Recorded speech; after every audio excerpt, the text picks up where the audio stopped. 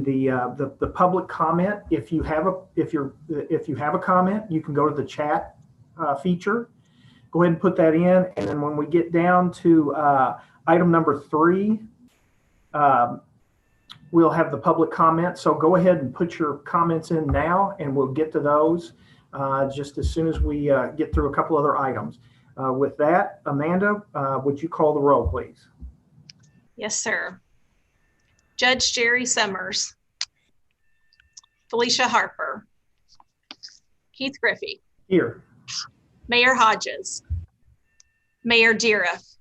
Here, ma'am. Matt Minier. Here. Mayor Moore. Andy Crouch. Chad Reiskull. Mayor Jeff Gahan. John Rosenbarger. Chris John Streeps. Larry Summers. Mayor Beverly Chester Burton. Here. Jeff Early. Mayor Tonini. Here. Bernie Bowling.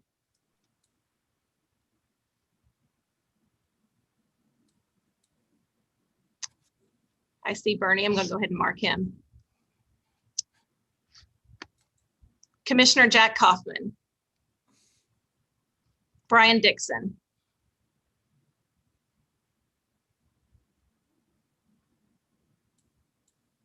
Thought we had Brian. Commissioner Sean Carruthers. Don Locke. Here. Justin Tackett. Here. Secretary Joe McGinnis. Kathy Eaton McCallum. Deputy Secretary Tony McClellan. Here. Robin Bolte. Mayor Chapman. Secretary Gray. Matt Bullock. Here. Steve Ross. Tanya Higdon. Thomas Witt.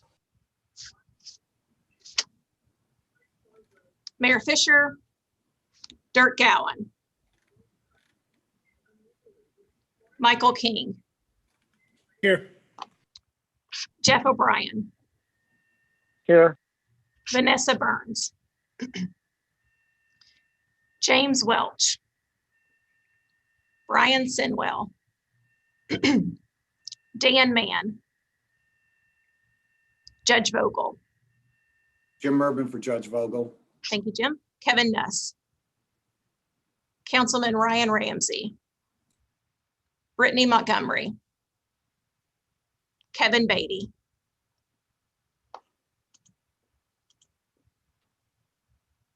Just 1 second, I need to move Kevin over. And he is here. Mary Morrow. Carrie Butler. I'm here. Aida Kopik. Jeffrey Hoban. We do have a quorum, Keith. All right. Thank you, Amanda. Next order of business is the November 2020 TPC meeting minutes. I hope everybody had a chance to review those, and we do need a motion to approve. Motion to approve. Bill Deeriff. Got a motion? Yeah, and when you make the motion, if you would say your name, that'd be great. Thank you, Mayor. We've got a motion. Is there a second? Second, Jeff O'Brien. We got a second. All in favor, just say aye, raise your hand so we can see you. That's looks like it. Any nays? Don't hear any. So that motion carries. At this time, we have the public comment period. Greg Burris, you're up for this.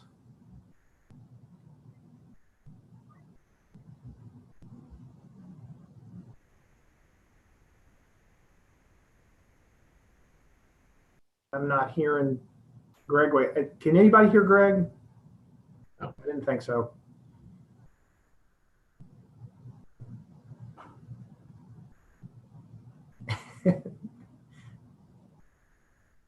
And he's at another computer. There we go. And that one's muted.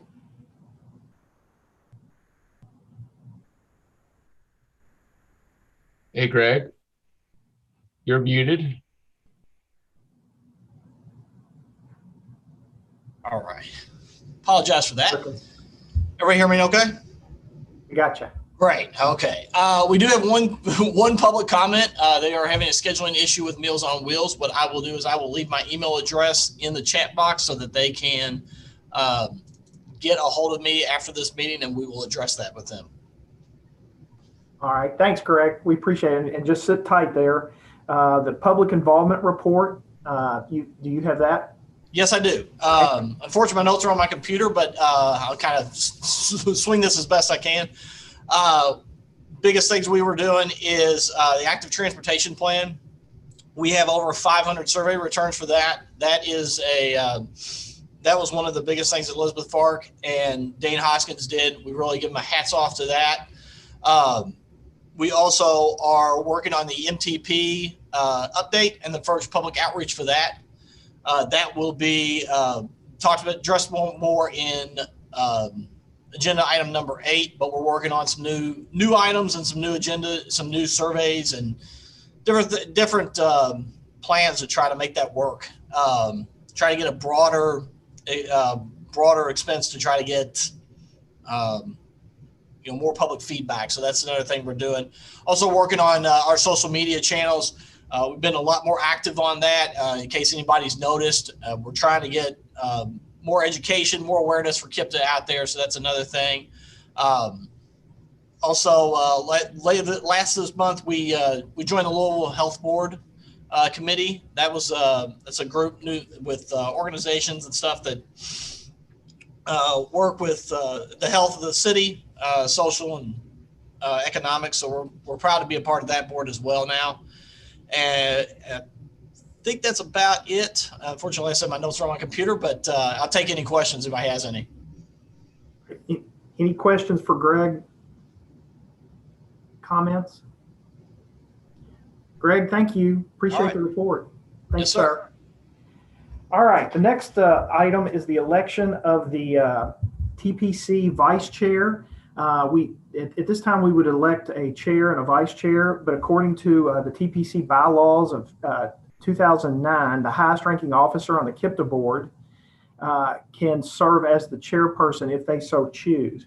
Our board chair, as most people know, is Kevin Beatty has taken over as board chair, and he has said that he would like to serve as the TPC chair. So Kevin Beatty is according to our bylaws, is automatically the chair. That leaves what we have to elect a vice chair. There was a committee, a nominating committee that was selected or volunteered. That included myself, Carrie Butler, and Bernie Bowling. The three of us came up, and the committee has a recommendation, and we are going to put into nomination for vice chair Bernie Bowling. So at this time, we have to open it up. Is there anybody else that would like to be nominated, or is there a motion to close the nominations with Bernie?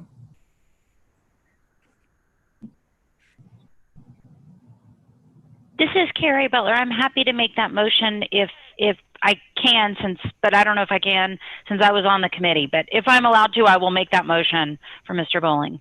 Okay, Carrie, thank you. Is there a second? I'll second the motion, Bill Deeriff. Okay, Mayor Deeriff, thank you.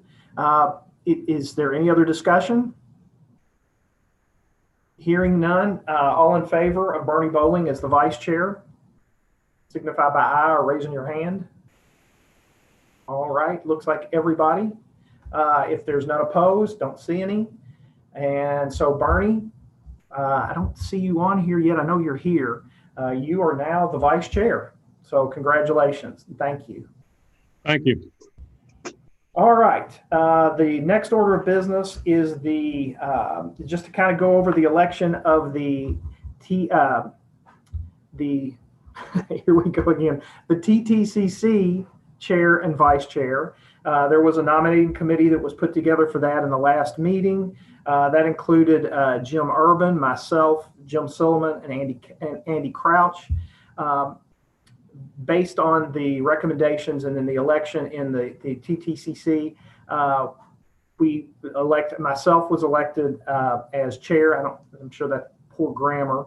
And then Brittany Montgomery was elected vice chair. And Brittany is from is representing Clarksville. One of the things we discussed in the nominating committee was, and Jim brought this up, the way things used to be was that you would have somebody from this side of the river and somebody from the Indiana side of the river. And we decided to go that route. So myself being from Bullitt County, I'm covering this side, and Brittany covering Clarksville will cover the Indiana side.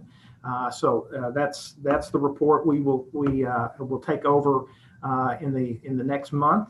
I would like to thank Jim Urban, though, for all that he's done for a lot of you. I wouldn't even say how many years, Jim, I'll leave that alone, but did such a great job with that committee as well as everything else that he's done for KIPTA. So Jim, I see you there. Just a hats off, a personal thanks too, that you did such a great job. So we thank you for that. So that ends that report. I don't know if do I need to do, there's no action on that, is there? That's correct. No action. Okay. I didn't think so. All right. So we have that done. Let's move on to the next. I think that's all of the political stuff that we have to do. Elizabeth is up next for the Federal Highway Administration. Elizabeth, if you want to take over. Hello. I am going to be introducing Bernadette DuPont, who will be talking about FHWA bike and pedestrian cleaning activities with us today. Bernadette has been with FHWA Kentucky for 20 years as the air quality specialist, as the green queen for the office, real title sustainability specialist, and as the human environment specialist for the Kentucky division office. Biking is very important to her. She doesn't remember the name of her first bike, but her favorite bike was named Firefly, and of course it was red. So Bernadette, I'll let you take it away.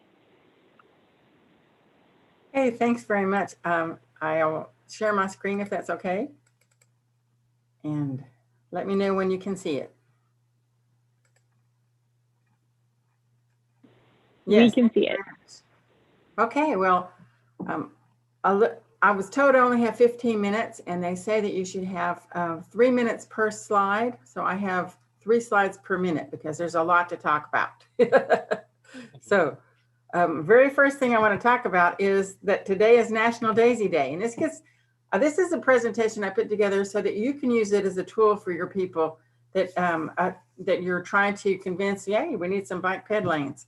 But National Daisy Day was created because daisies open at dawn and close at dusk. And they were called that because of day's eye. And it's just a slurred word, I guess. But in England, they're often referred to as bruisewort because the crushed leaves are used to alleviate a bruise's symptoms.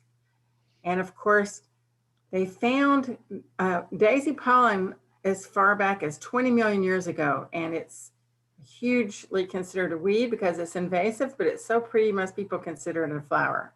Also of note is today is National Fun at Work Day and National Kazoo Day. But my favorite happened on the 16th. It was National Do Nothing Day. Okay, so the reason I put this together is because I started doing this, and I'm doing it at all the different MPOs, is because one of the MPOs was having people say, you know, we like biking only if it's not on our roads. And everyone has a different perspective. And so this picture is a good example of that. But you need to share your perspective because there's a lot of good information out there that will help you. This is a webinar that I attended, and this is the ambassador for the Kingdom of the Netherlands he was presenting. And in this presentation, everything has a link, and you can go back and check out all the details or even participate in this webinar. But the Netherlands is known as the cycling nation, which is why we want to emulate them. Because if you're looking at our parking lots and comparing it to the parking lot that they have there, you can see a huge difference. There's 7 million Dutch residents and 25 million bikes. There's 45% of the people arrive at the train station by bike, and 26% of all the trips are by bike. So that's a staggering number, but if you ever get a chance to go there, you will be astounded. Now, the world's most bike-friendly cities, and they only do this once every 2 years. So this year we should have a new update, but 2019 was, this data was just released at the end of December last year. So, you know, it's always a year behind. But if you notice, there's no United States cities on this world's most bike-friendly thing. The closest we come are in Canada, in Vancouver and Montreal, and they both tied for 18th. And the way that was determined was this company is an urban cycling design company, and they look at a lot of different factors such as safety, traffic, do they have bike share programs, do they have infrastructure? And then the other big reviewer of these bike-friendly cities is Koya, which is a German insurance company. And they look at crime and safety, and that includes bike theft, the infrastructure that we have in bike sharing policies, and number of events. And again, you notice there's no US cities on there. And the only one from the North America who made it on there was Montreal at number 16. And just to give you an idea, on that last listing, 62 was London, England. And look at their path. It's a cycle superhighway, and I thought it was a great picture, so I wanted to share it with you. But you can see there's definitely a roadway for cars, and one for bikes, and one for pedestrians. Just a great picture. Now, when we're looking at the US's most bike-friendly cities, this came out in September 2020. This is done by Smart Asset. It's an independent personal finance technology company, and they use a lot of different criteria. They use the walkscore.com, which you can go and look at your own city and see how good you are as a pedestrian place. Or you can use the percentage of biking to work, the National Transportation Safety Administration fatality rate, the miles of protected bike lanes. And of course, a lot of people say, you know, if you're rich, you have the time to go out there and do a lot of biking. The rest of us have to work. So they also put in there some census data, and that's from 2018. And looking at the census data, they found that only 1 out of every 200 Americans bike to work, and that was 0.5%. So Portland, Oregon was the largest, the best. They had 5.3% of people biking to work. But you can see again, there's no Kentucky or Indiana cities on that list. Now, Brandon Bergoa is the statewide bicycle and pedestrian coordinator for the NDOT, and he is on the line. And Brandon, do you want to go ahead and talk about this statement here? You might be on mute. Hey, can you all hear me? Yes. All right, sorry about that. Some device issues. So yeah, the statement is NDOT is committed to advancing and promoting multimodal and active transportation planning, including walking and bicycling. And something, I won't take too long, but something that we really want to focus on here in the near future is treating bicycling and walking separately. Oftentimes they do get lumped together in, you know, the whole gambit of active transportation or alternative transportation, but we want to make sure that we're being conscious of the different user groups. Yeah, and thank you very much, Brandon, because it's nice. Can you show your face so people can see who you are? They might not have met you. They're not coming on here. Oh, you see me? Okay, I just want to make sure because I've got everybody else, because I'm sharing my screen, I can't see everybody. Okay, well, thank you. And we'll move on then to the Kentucky Transportation Center. They do not have a current statewide bicycle and pedestrian facility coordinator. So we're sharing all the information with 3 different people there. But Darren Granville is going to read their statement for us. He's our bikehead coordinator from the Federal Highway Kentucky Division Office. Darren? Yeah, sure. Kentucky will consider incorporating pedestrian and bicycle facilities on reconstructed state-maintained routes. It is something that it will be considered as part of every project. Thank you. And that's pretty important. If the websites are there, if you want to look at the websites, each one of these states have a nice website. And of course, for Federal Highways Bicycle and Pedestrian Program, we focus on safety. That's our #1 concern.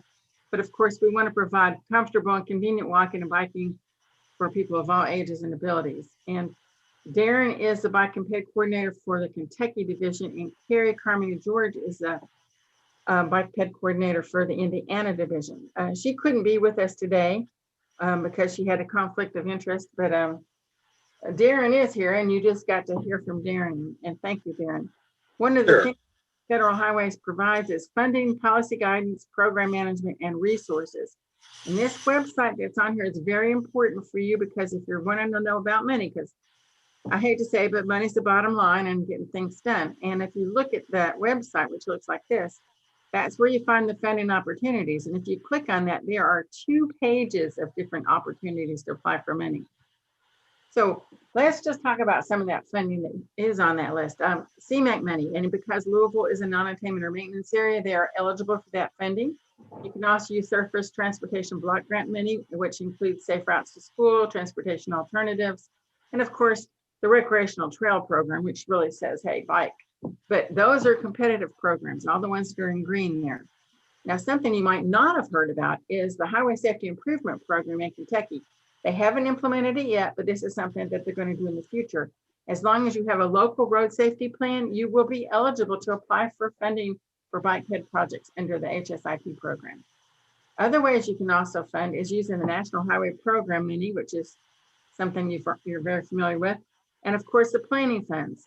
And the plans, you can use those funds for developing bike plans, collecting data, doing any kind of safety program, and of course training. And then of course for federal highways, we have what we call the 5 E's. We talk about engineering, how you design and construct a bikehead path, the educational component, of course enforcement is also ensuring that the traffic laws and the rules are followed. We want to encourage people by providing incentives and evaluating and make sure using all these different things, did we get the outcome we wanted? But for today's presentation, we're going to focus on the education portion. So let's start with the data. If you're looking at that map to the right there, the darker it is, the worse your health is. And health is a big thing. The United Health Foundation comes out with a report annually, and we have nationwide problems. Obesity among adults is up 166%. That's staggering. In 1990, it was 11.6%, and it's up to 30.9% in 2019. Diabetes among adults is up 148%. And that went from 4.4% in 1996 to 10.9% in 2019. And if we're starting with the data, we're looking again at how they ranked our states. They're looking at all kinds of different categories: behaviors, community and environment, public and health policies, clinical care and health outcomes. Indiana ranked 41st out of 50. Kentucky's worst, we're 43rd out of 50. So we're two of the least healthy states in the United States.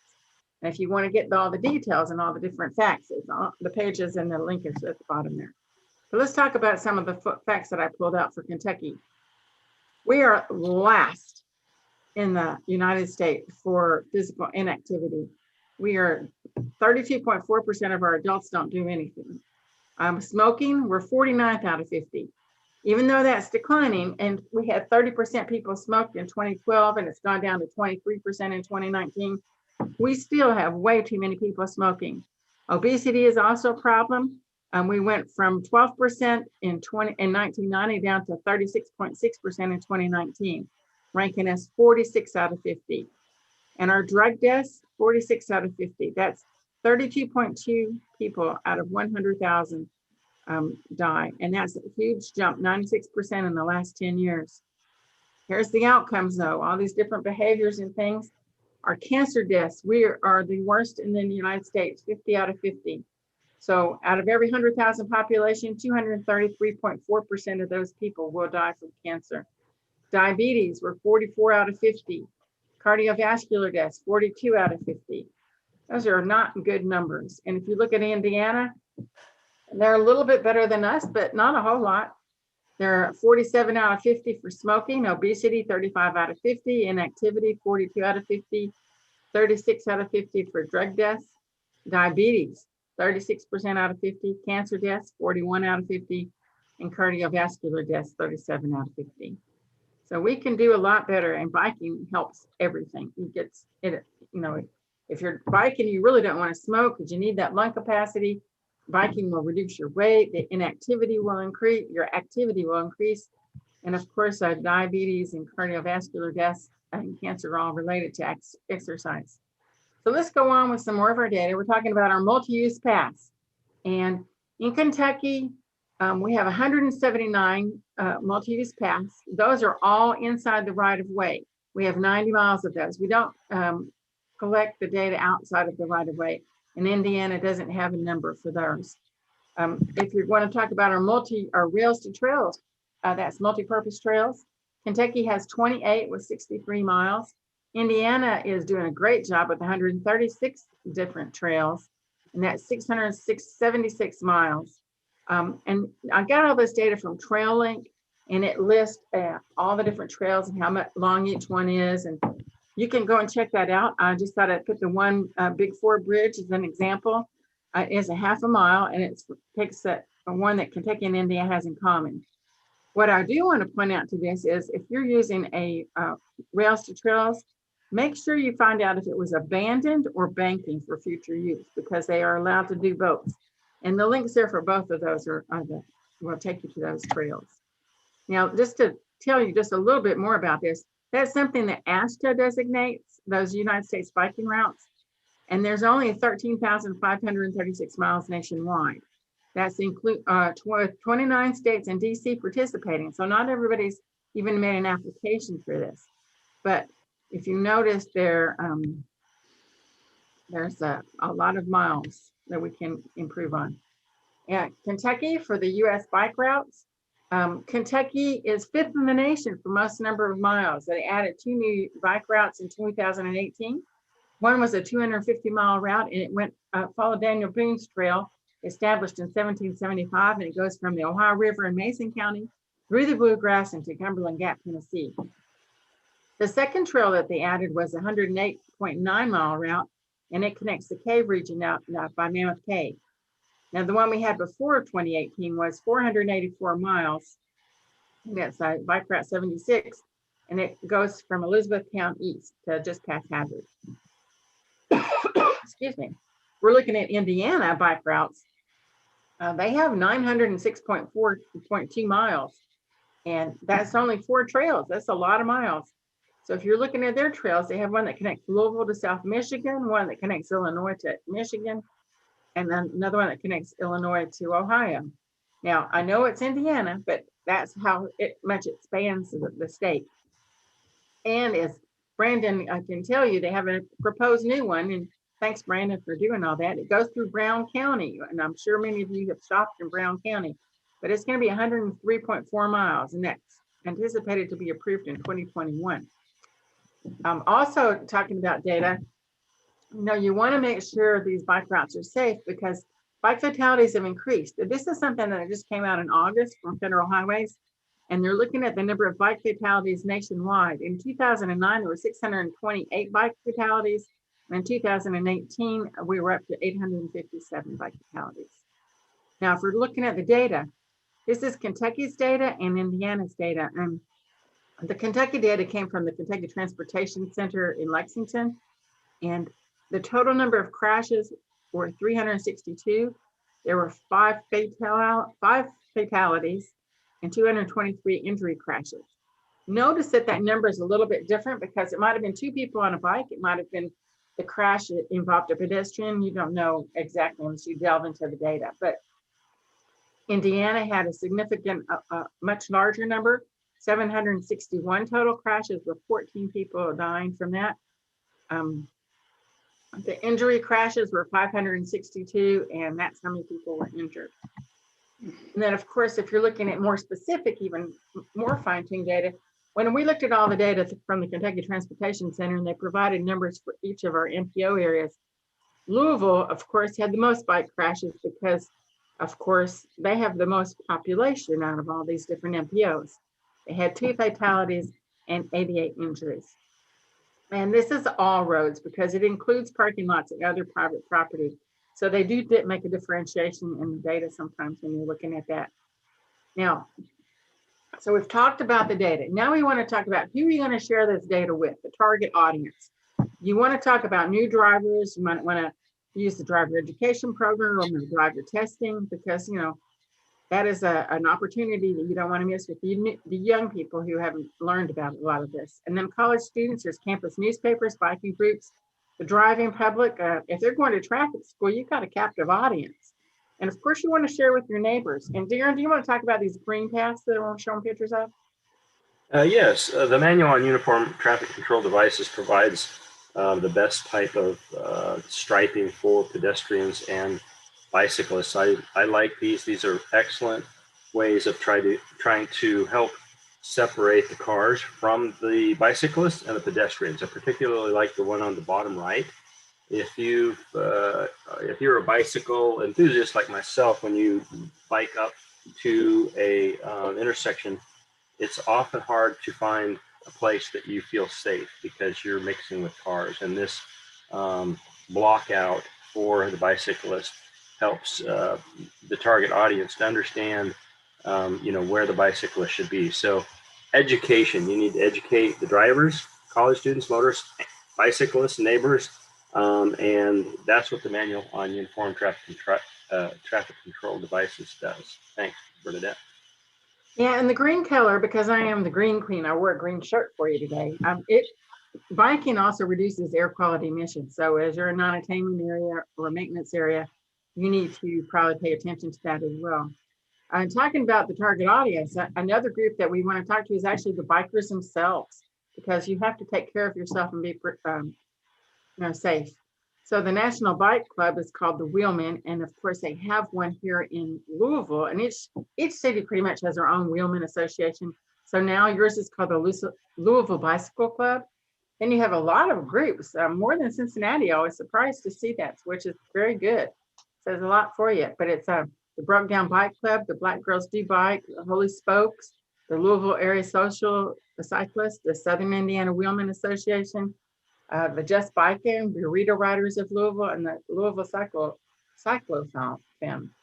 But they have a lot of events, and right now there's not a lot posted because of COVID, but there is one coming up in April, and that's April 18th. That's actually my dad's birthday. I just realized that. But if you look at that link that I put there, that is a good place to go and find any events that are happening locally if you want to go and get out there and talk about safe bicycling. So now we've talked about the data. We talked about who should give the message to, but the message needs to be delivered effectively. And the way to do that is to prioritize your message. And if you're looking at these 4 bullets here, these are all programs that Federal Highways can give you data on and give you brochures and that sort of thing. If you go to that website that I talked to you about at the very beginning, under the Federal Highway page, you can go there and get this data for yourself. And if you want to give an effective message, show them some innovation, show them something they haven't heard about before. Lexington has a wonderful map. It is the Lexington MPO. They have an interactive map. And if you go to that map, you can put on all any different layers that you want. If you want to, find out information particularly about that path, how long it is, what kind of road it is, if it could be gravel or off-road. You can say, I want to look at the fix-it stations around there. And as you can see on this map, they have those highlighted, the bike shops as well. Another way to give effective message delivery is to say, we talked about at the very beginning how the dollar is the bottom line. Well, if you're going to market your city, you want to talk about the tourism and you want to talk about economic development. And the reason I put this in here is because the Evansville MPO, they had their MPO summit, I think it was last year, but one of the companies was coming to move into Evansville and they decided they were not going to come there because the insurance rates, the health insurance rates were too high because the population was not healthy enough. And so they went to a different location where the insurance rates would be lower. So that is an important factor when you're thinking about having a healthy community. So the League of American Bicyclists has something that they rank cities on, and it's pretty interesting. They use a lot of different factors, and one of them is, does your city have a complete streets policy? Do you have a safe passing law? Do you have a bike plan? Is 2% or more of your federal dollars being spent on bikehead projects? And then, of course, the bicycle safety emphasis area. That is in your state improvement plan, and I will show that to you in just a second. But they have a review once every year, and once you've been named as a certain level, then your city holds that title for 4 years. So Louisville, yay, you have done a good job, you made the list. But I talked about the Strategic Highway Safety Plan as one of their criteria. This is what the Kentucky one looks like. It just came out recently. And if you're looking at this one in particular, they said that 23% of all the traffic accidents in Kentucky were vulnerable road users, which includes bikers and pedestrians. And of course, effective message delivery still includes sharing that information. When they're looking at the bicycle-friendly states, Indiana was 24th and Kentucky is 43rd. So we got a long ways to go.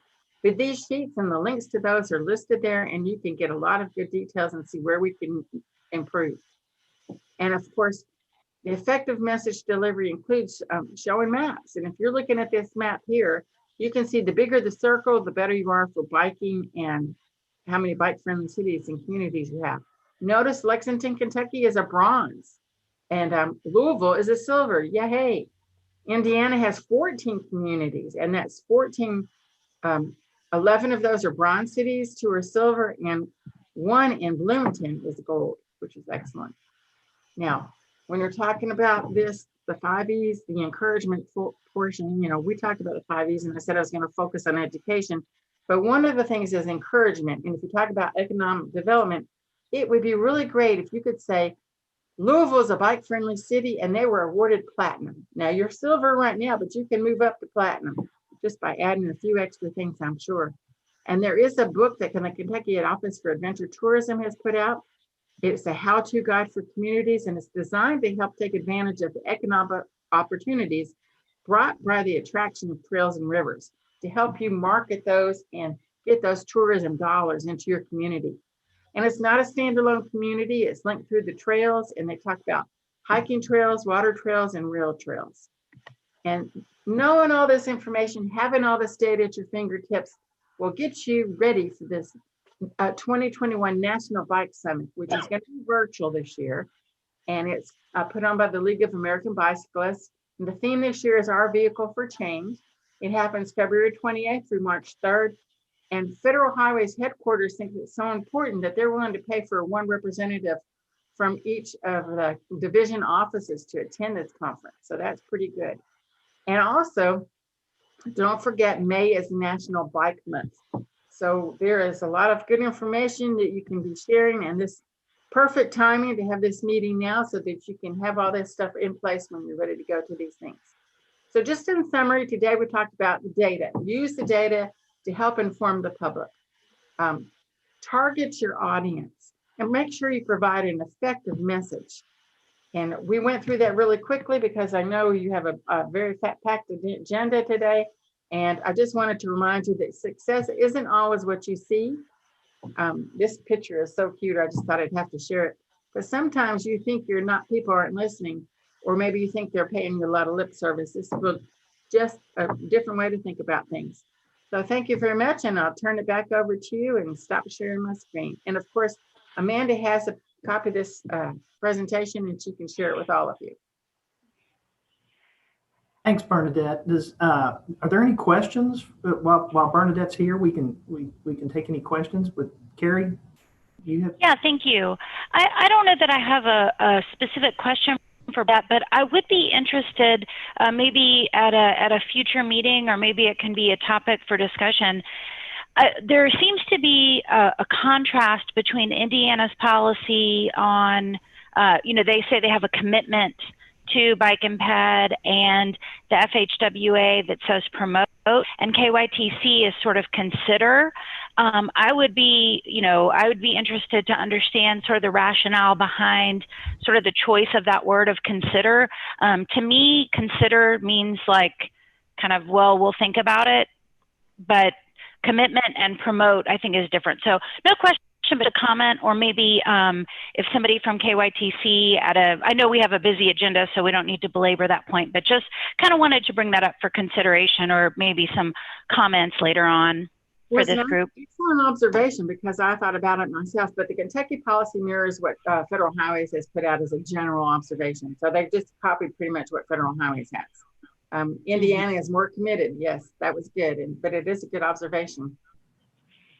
I'm kind of a wordsmith, so okay. Admittedly. There you go. Thanks, Carrie. Are there any other questions or comments? And that's been noted, Carrie. So we'll see what we can do with that. Thank you.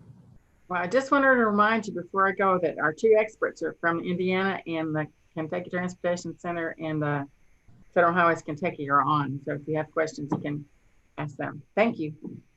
Thank you. All right, we will move on to Connecting Kentuckiana 2050 Metropolitan Transportation Plan Update. And it's David Burton. David, you're up. Thank you, Mr. Griffey. If we were meeting in person, if we were in the Burpany with the boardroom at KIPTA, Amanda and I had talked about having a marching band and some balloons and maybe even some fireworks all going off in the Burke Green just to announce the fact that we are once again starting the update to the Metropolitan Transportation Plan. It was, it's kind of funny. It was about a year ago that we went to this committee and we said, hey, it's time for us to approve Connecting Kentuckiana 2040. And after a lot of work, you guys, and working with you, we were able to do that, and we were very excited and very happy to do so. That 2040 is still in place, and it's still a very active and effective transportation plan. But it's that time where we need to start looking at updating that document. And so, KIPA staff is pleased to announce to the TPC that staff has been doing a lot of background work over the last couple of months, and we'd like to bring to you the reality that we are going to start working on that update and keep moving it forward. I have a PowerPoint presentation I'm going to go over real quickly with you, and then I'm going to touch base on a few other minor things, and then open the floor up for questions. Can we go to the second slide? Can I do that, or do you do that? Okay, as most of you know, our Metropolitan Transportation Plan needs to be updated every 4 years. We are a non-attainment area for ozone, and so because of that, we are required to update the MTP every 4 years. We cover a 5-county region: Bullitt, Oldham, Jefferson, Clark, and Floyd, a little bit of Harrison, a little bit of Shelby. And there are a couple of things that our Metropolitan Transportation Plan must do. We must demonstrate that we are going to contribute to improving air quality through the air quality conformity analysis process. We have to demonstrate that the Metropolitan Transportation Plan is financially reasonable. Just like with your checkbook, we've got to make sure that things look like, yep, if we say we can do that, we think we will be able to afford to do it when it comes time to implement whatever project we're talking about. There's a slate of projects that we're going to put together. That slate will include everything from roadways to sidewalks to bike paths to programs that are intended to improve air quality or to advance the rideshare program that we have in the area. So there's a whole gamut of projects. We're looking at transit. We're looking at every kind of mode of transportation that will advance and assist in the movement of people and goods. Performance-based transportation planning is something that we introduced with Connecting Kentuckiana 2040. We are required to hit some key points through the FAST Act. And then, as we did last time with 2040, we're going to take a look at some additional performance measures that we can bring into play. If a region wants to use federal funds for transportation projects in our area, they must work through our MTP.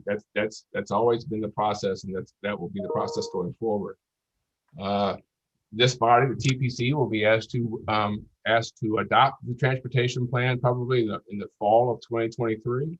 And then once that's done, the document will be forwarded to the Federal Highway Administration, the Federal Transit Administration, and EPA to make sure that we have crossed all of their T's and dotted all of their I's, and make sure that we are in federal conformity. Okay, next slide. So what are we looking at? We're basically, with 2050, we will be changing the horizon year from the current MTP, which is 2040, to a new horizon year of 2050. And we're going to build upon the things that we introduced in 2040. One of the big ones we hope to make a big effort on is going to be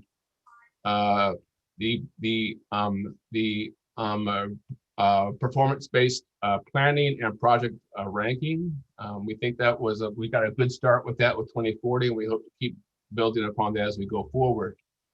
We brought a lot of data into 2040. We're going to add more data in 2050, and we want to do an even better job of reaching out to the public and getting the public involved in our process. We were really pleased with the comments that we received for the 2040 MTP, the current transportation plan, and we think we can do an even better job with this particular update. In fact, almost immediately after this meeting, we're going to start our first public involvement outreach period, trying to identify the types of issues that people are having on their daily trips. Amanda? So here are some of the key milestones that we want to make sure that the policy committee and the technical committee are more engaged in our schedule and what to expect going forward. So we've identified some of the milestones, and we're going to keep bringing these milestones to you and making sure that you are aware of what's happening and when. As I mentioned earlier, we've already started some of the pre-planning activities, and we've gotten a good start on making sure that we complete the MTP on time. And so this is the basic schedule. I'm not going to go over everything. You will see us coming back to you in the spring in just a few months to talk about goals and making sure that you're comfortable there. In the fall of 22, we hope to begin to start working with our project sponsors. Let's identify those types of projects that we want to make sure that we incorporate into the MTP. And finally, we will come to you in the fall of 23, like I said earlier, with a final draft document. And hopefully you'll find that will meet your expectations, and we will be able to forward something to the Federal Highway Administration and Federal Transit Administration and EPA and say that this is what we, the Louisville MPO region, wants to do in terms of transportation going forward. So that pretty much wraps up the PowerPoint slide or presentation. There's one other thing I want to show you that was also in your packet. We want to make sure that the TPC is engaged. And so what we've included in the packet is this flyer, this one-page flyer. And it's going to identify what we think are key points. It'll be an easy go-to document for you. And we'll begin to summarize the things that we're working on at that point in time. For instance, right now, we are working on the bike and ped data update. And we hope to bring you a report to the technical committee next month. In the spring, we're going to be doing the EJ update and our red flag inventory. So we will keep bringing this information to you on a regular basis to make sure you're more informed of what we're doing with our process. Amanda, if you can go to the second page. This is also going to be a regular feature. Now, what we're going to be adding to this document going forward is going to be that schedule, that loose, high-level schedule to make sure that you are aware of what's going on. And then we have a couple of key links that we think are going to be important for you to keep up with us.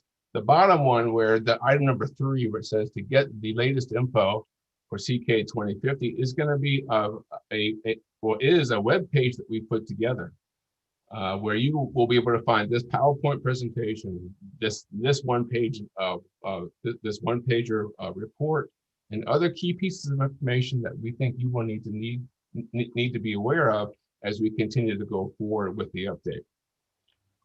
We also want to make sure that you have this flyer and that you help us out, because with making people aware of what's going on.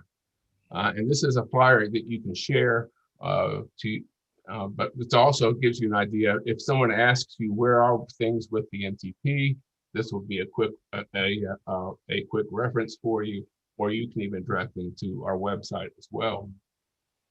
Key to pulling this off is going to be all of us working together in terms of the TPC working with us and us working with the TPC, and staff interacting and engaging you guys on a regular basis. So we're really excited to get this update underway, and anticipate that we will be talking with you again soon, and trying to make sure that we address all the concerns and the ideas and the wants that you may have relative to the transportation system for our 5-county region. Amanda or Elizabeth, Amanda, do you have anything you want to add? Or Elizabeth Park, who is going to be working very closely on the MTP as well. Do you guys have any other pieces of information that I may have overlooked? David, thank you. I would just say get used to seeing that milestone schedule, because these things, they take a while to put together. And I think by the end, we forget everything we've been through. So we just want to, if it's important, repeat it, and you'll hear us repeat and repeat and repeat. So get ready. after Elizabeth has a chance to weigh in, if she had anything, our FHWA Indiana partner, Erica Tate, is on and is a tremendous resource in MTP development. And David was speaking this morning to the Indiana MPO Council on a couple key things to remember about the MTP. So I did want to make sure to give her the chance. She's been really emphasizing public participation in this new environment that we're in. I did want to give her the chance also to weigh in if she'd like to. Good afternoon, everyone. I don't have anything to add, but I am so glad that you all are putting together a schedule and integrating the tools we've used before with some new tools due to our current environment. So like Amanda said, if anybody has questions, please feel free to reach out. Thank you, Amanda. Thank you.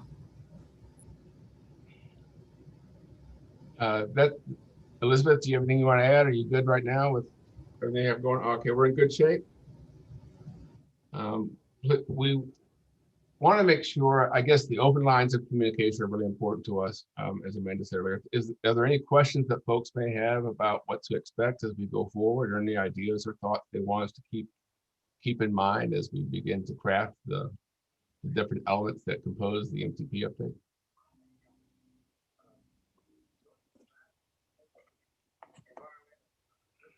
All right, thanks, David. Is there Amanda, David, Elizabeth, anything else? We good? I believe so. All right, thank you for that. Next up is Nick. We have the quarterly review of the MPO dedicated funding programs. Nick, are you ready? I'm not seeing. There we go. Now I'm unmuted. Yeah, let me see if I can share my screen real quick. Can you go? See this presentation? Okay. So yeah, I'm bringing to you guys kind of the normal quarterly project review of our MPO dedicated funding programs. We've got 4 in Indiana and 2 in Kentucky. These programs that we receive funds for, we call them dedicated because TPC has the kind of sole authority to award them to project sponsors in our region. Obviously, Kentucky funds have to be spent in Kentucky, with the exception of maybe like a TARC route or something like that might cross the bridge, like the Cross River connectors that's coming up. But for the most part, the money needs to stay within the state that it was appropriated. This quarter, we don't have as much of an update because with the new project management guidebook that you all approved a few months back, Kentucky project sponsors are only going to be submitting updates about every twice a year, along with having those biannual meetings. Whereas Indiana, we are required to have quarterly meetings, so we'll continue with that. So you won't see maybe as much in the progress report. If you looked at the attachments, you probably only saw progress report summary for the Indiana projects. As a reminder, in Indiana, we do have 4 programs: the Congestion Mitigation Air Quality Program, CMAQ, hsip, which is for safety improvements, the STBG, Surface Transportation Block Grant, that's changed a lot over the years from different acronyms, and then the Transportation Alternatives Program, which is primarily used to fund bike and pedestrian focused projects. In Indiana, the fiscal year starts in July, so we're about halfway through. Although the bulk of the obligations typically occur in the next 2 to 3 months because they close out, kind of shut down the obligation of funds, I think, early May. So in Indiana, we've got about $200,000 that's been obligated into the CMAQ program. hsip, we didn't have any program this year. There is flexibility to kind of program upwards of 50% of funds as long as it's over a certain number of years. And so this year we do not have any program in hsip, and the next year we'll have kind of a higher than normal level of funding. STBG, we've only had a few projects that have been obligated. One of them was for a portion of right-of-way that Clarksville is acquiring for the Riverside Drive reconstruction project, and I think they're about to pull the trigger on the remaining $2.1 million that they've got programmed for that. So That'll get us really close to that $3 million that was programmed. And then transportation alternatives, there's a multimodal bike ped connection project that Clarksville and Jeffersonville are working on, and they're on track to have those funds obligated this year. In Kentucky, we only receive funding for 2 programs. KYTC manages the CMAC and the hsip programs at the state level. At the beginning of the fiscal year, which in Kentucky starts in October, we had about 55 million programmed. We've only had about 96,000 obligated that occurred this past quarter, which is not really unusual. Typically, the majority of the obligations occur, I would say, between April and September, just historically. And then transportation alternatives, we haven't had any obligations as of yet. A couple big picture things here to remember with the changes to the project management guidebook and how we define what a phase shift is. That really allowed Kentucky project sponsors to reshuffle the timing of the phases of a lot of their projects to make sure those schedules are feasible. With the previous rules, things were kind of stockpiling up against each other, where we were having 2 and 3 phases in this programmed in the same year, simply as a result of the rules that were set in place. So the new rules kind of allowed sponsors to come up with more appropriate schedules. What we're looking for, I think, in terms of targets for obligations for the STBG program is at least 21 million. That's about how much we received every year. And if we can hit that mark, it'll allow us, make sure we avoid adding to our carryover balance. Last year, we only obligated about $9 or $10 million. A lot of that obviously was COVID related, with delays from contractors to everybody in between. But the prior year, 2019, we had 24 million in obligations. So hopefully we can get back to somewhere along those lines and start reducing the carryover balance. In the TA program, we'd really like to hit that $2.3 million that's programmed. It would ensure that no funds are ever sent back to the federal government as a result of lapsing funds.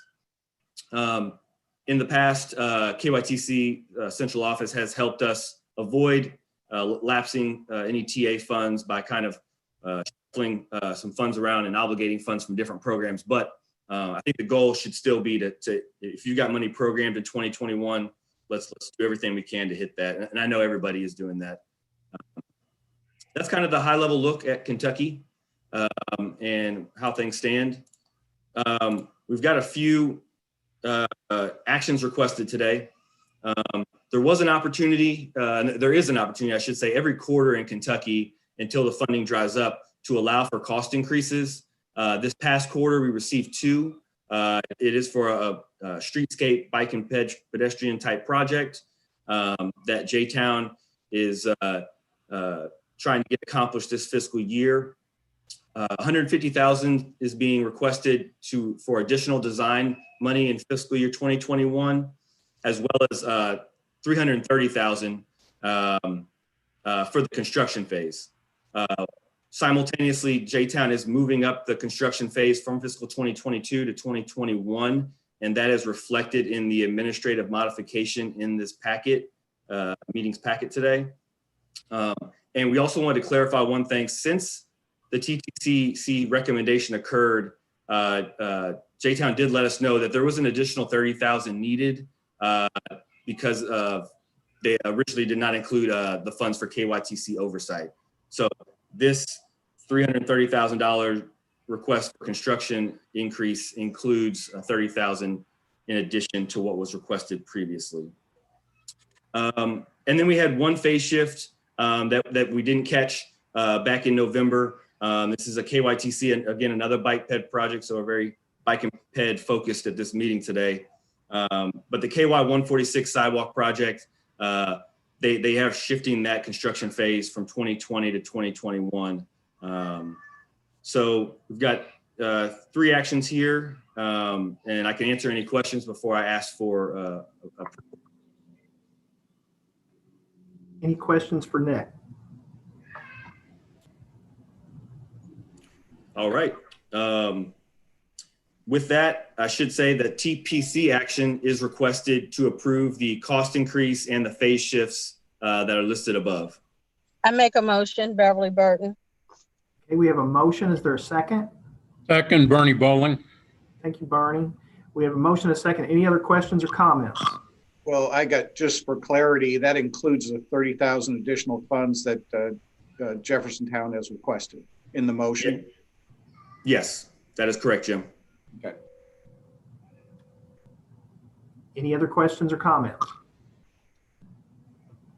Hearing none, all in favor?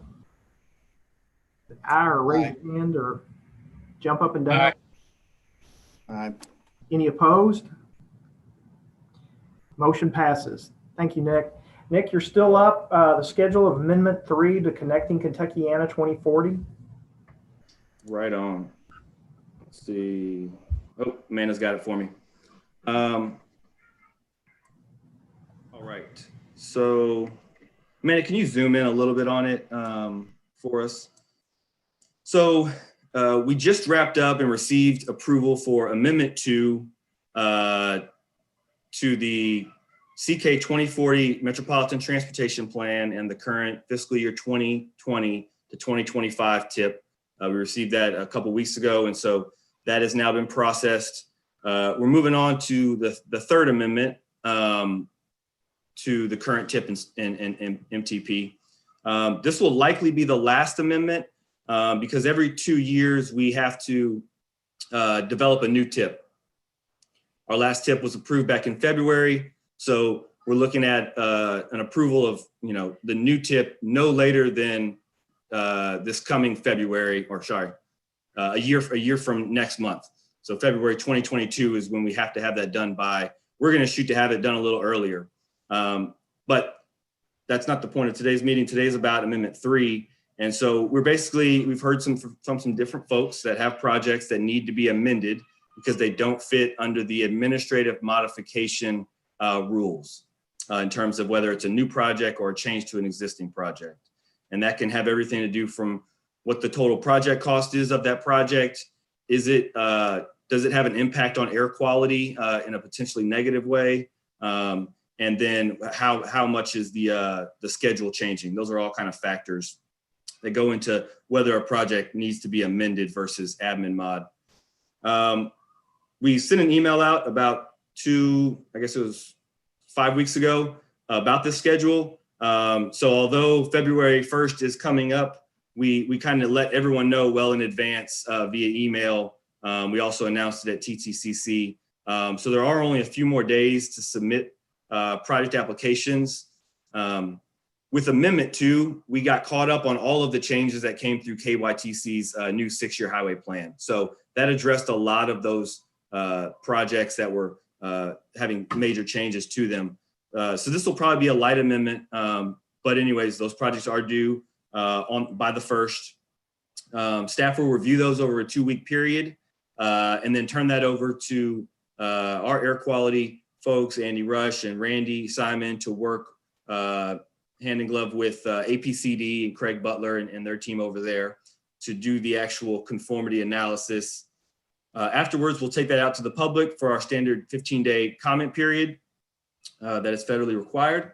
And we'll likely be doing that virtually unless something drastically changes, concerning COVID in a positive way. And then we'll bring it back to you all for comments, consideration, and approval in May of this month. And then it normally takes about 30 to 40 days to receive that federal approval. So again, if you have any projects that absolutely need to be added to the MTP or TIP now, please let us know immediately. You will have to fill out a project application form that's on our portal website. If you have any changes to existing projects, you'll do that there as well. Any questions or comments about Amendment 2 or Amendment 3, I should say? Nick? Yes. This is Erica Tate. Quick question. So will Amendment 3 for KIPTA include NDOT's projects or changes to projects for their STIP they're developing? Yes, I've been in contact with Robin Bolte and Taylor Aaron from NDOT over the last couple months. We received an initial batch of projects, project listings from them. I reviewed that, identified for them which projects weren't included currently in the TIP and any changes that needed to be made. I believe Taylor reached out to me earlier this week and identified 6 or 7 projects that need to be updated that don't currently match. So I believe we're on track, but I'll double check back with Taylor and Robin at the Seymour District after this. Okay, perfect. I was just considering your schedule and that you'll be developing a new TIP and won't be making changes to the old one after this. Just wanted to make sure that, NDOT had connected with you. And also something you may want to follow up with them about is any projects that would be moving from their STIP in 2024 would probably need to be amended, even though your TIP goes to 2025. And we can talk more about that offline if you want some clarity on that. Absolutely. I appreciate that, Erica. I'll definitely follow up with you if we have any questions after talking with NDOT. Any other questions or comments? All right. There's no action on this item. It's just informational. So just a heads up, if you've got anything that needs to go in there, please let us know as soon as possible. And Nick, you're still up with the 2020 to 2025 TIP modification? Yes, this is administrative modification 12. Again, this is presented for informational purposes only, as admin mods are considered minor changes to projects. I think, Amanda, if you can scroll down to the second page, I think we've only got about, I think there's 4 projects. They're all existing current TIP projects that are tweaking some funding here or there. You will find the J-Town or Jeffersontown Waterston Trail Phase 1 project in here with the cost increases and the advancing of the construction phase. You've got the KYTC Kentucky 146 project that's moving out to 2021 this fiscal year, and I think they've already they're ready to get underway there. So if you have any questions, I can take those now. Otherwise, it's a pretty light admin mod for this month. All right, thank you all. Thanks, Nick. Is there any other business? I know Amanda and Nick have something each they want to add, but is there any other business from the rest of the committee? Hearing none. Amanda? Thank you. Very quick, just wanted to say I hope you saw the memo in your packet that expresses their appreciation for Mayor Chapman, who couldn't be with us today, but who has been a wonderful board chair. He's been so great to work with. We're going to really miss having him. And Kevin, you'll have big shoes to fill there. So thank you, Mayor Chapman, if he ends up seeing this. And then I know Nick's got some really interesting information for everybody that we've been getting a lot of questions about. So go ahead, Nick. Sure. So at the national level, the COVID, previous COVID stimulus bill, I think it was passed maybe the 27th of December, somewhere around then, provides additional funding for federal highways and federal transit, actually.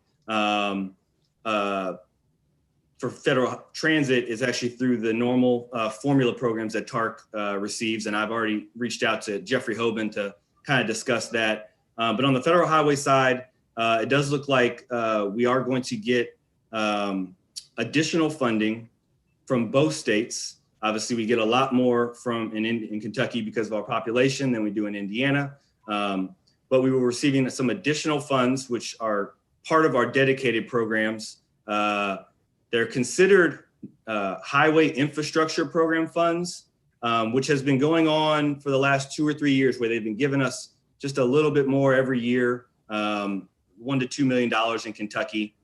We've just been adding that to our normal STBG program of funds.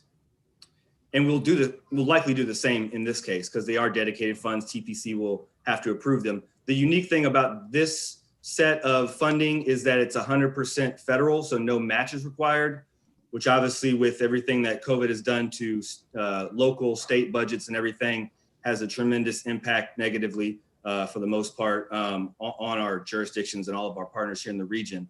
And so while we don't know a whole lot of specifics about it, we know it's coming. We know there's going to be additional funding. And so once we find out more, and I think Federal Highways maybe in the early part of February is going to send out additional guidance that clarifies what we can do with these funds, how we can use them, when they can be programmed, and that sort of thing. We will be reaching out to try to form a working group to determine how to allocate those funds.